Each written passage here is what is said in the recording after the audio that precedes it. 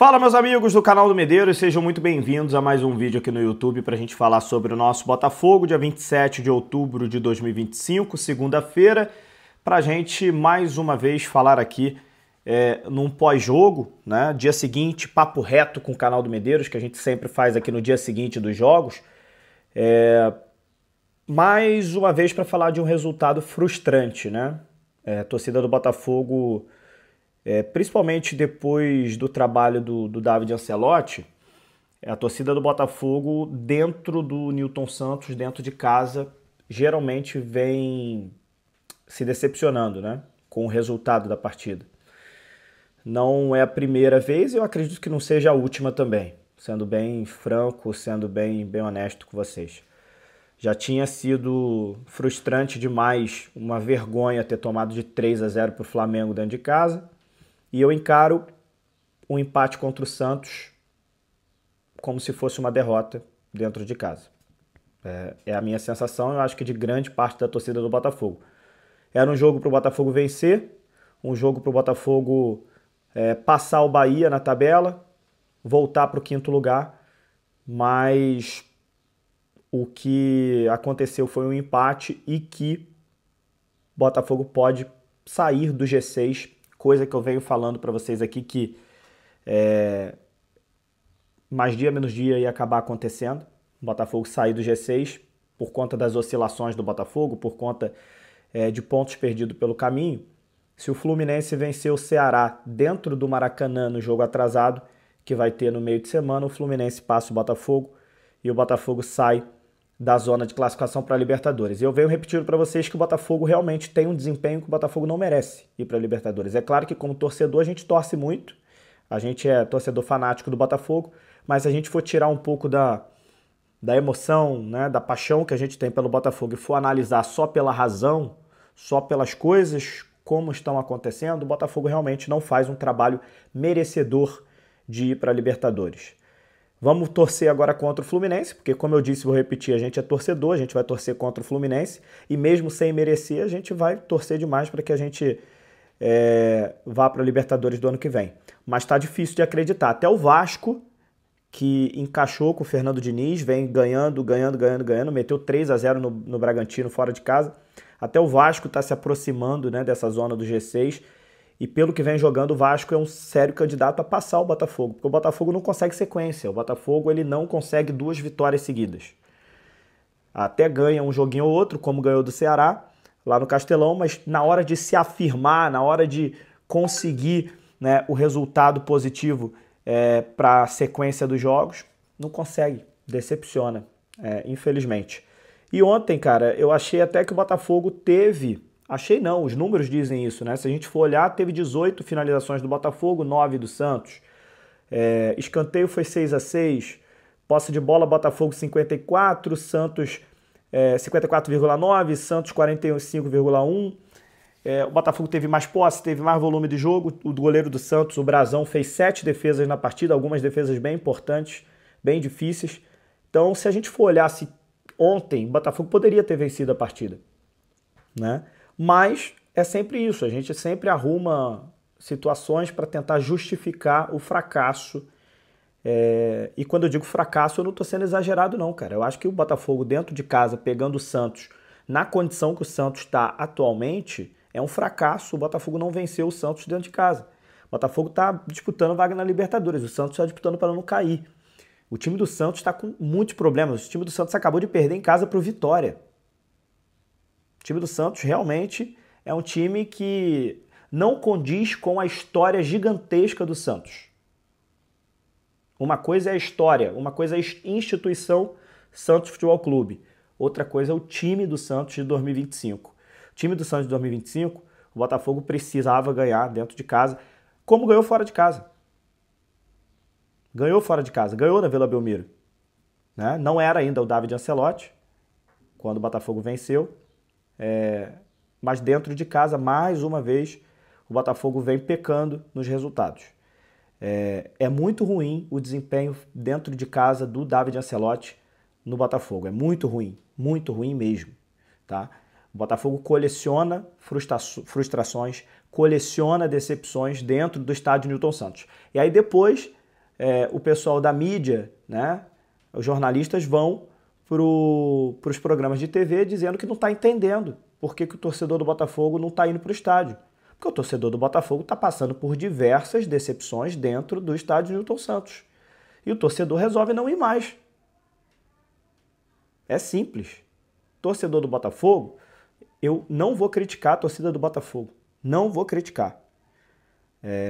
O torcedor precisa ser impulsionado pelo time, pelo elenco, pelos resultados. É assim que funciona no mundo inteiro. Não adianta dizer que, não sei o quê. Precisa ser impulsionado pelo time. O que está acontecendo?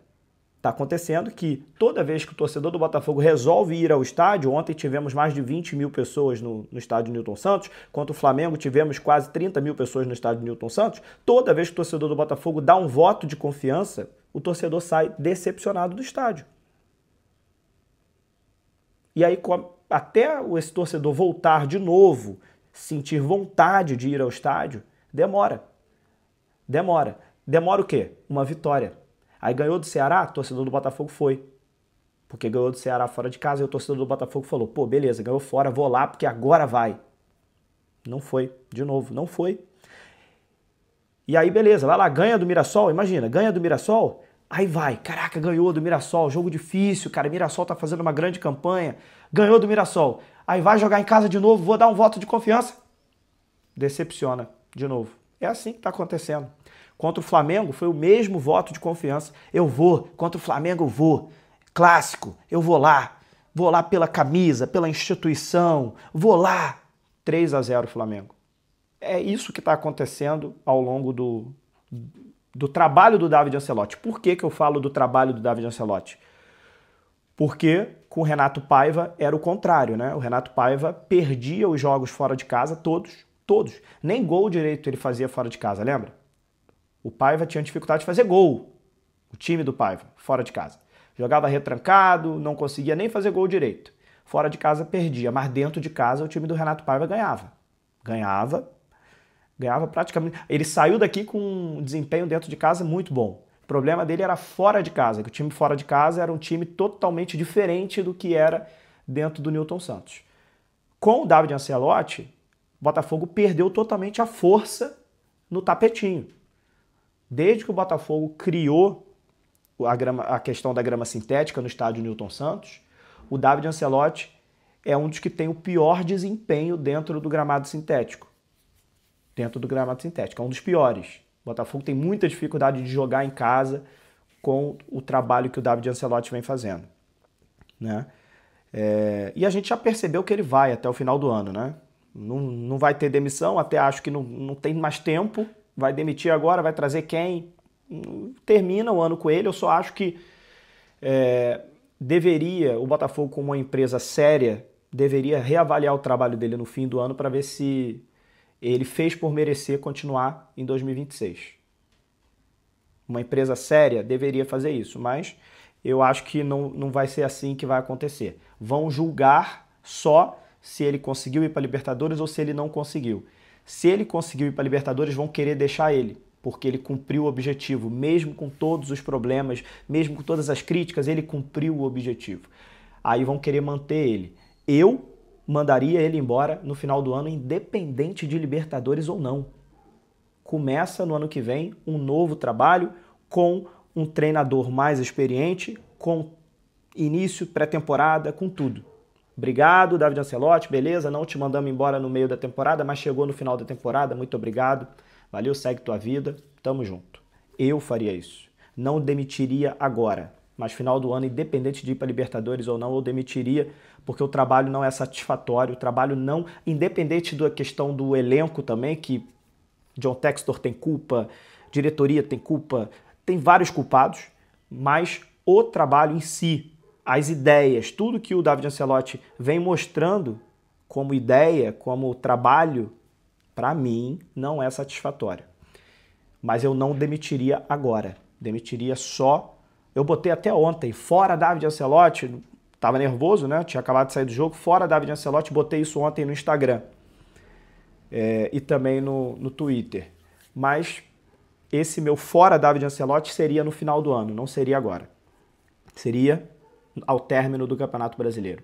Mas eu não sei. Não sei, sinceramente, se eles vão fazer isso. Eles vão condicionar, o que é um erro para mim, eles vão condicionar a continuidade do trabalho ou não, se for para Libertadores ou não.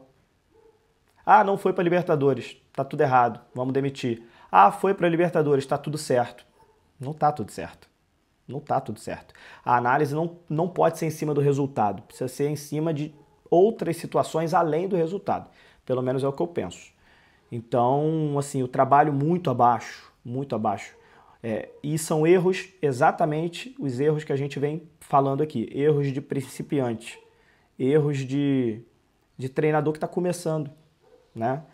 E eu acho que o David Ancelotti é mais um erro do John Textor. A escolha é totalmente dele, ele precisa assumir as responsabilidades das escolhas que ele faz, tá? Mas é isso, assim. Eu botei no título desse vídeo e repito para vocês. Colecionando decepções. Esse é o título do Papo Reto com o canal do Medeiros e é verdade. Colecionando decepções. Principalmente dentro da nossa casa, onde a gente se acostumou a vencer, no tapetinho, no Newton Santos. E detalhe, eu não tô querendo, só porque eu falei do David Ancelotti aqui, eu não tô querendo dizer que a culpa é só dele não, tá? Tem responsabilidade dos jogadores, tem responsabilidade do Textor, tem responsabilidade da diretoria, tem responsabilidade compartilhada de todo mundo, tá? Só para não ficar focando no David Ancelotti, falando aqui de modo geral que todos têm sua parcela de culpa. Um abraço, até a próxima. Valeu!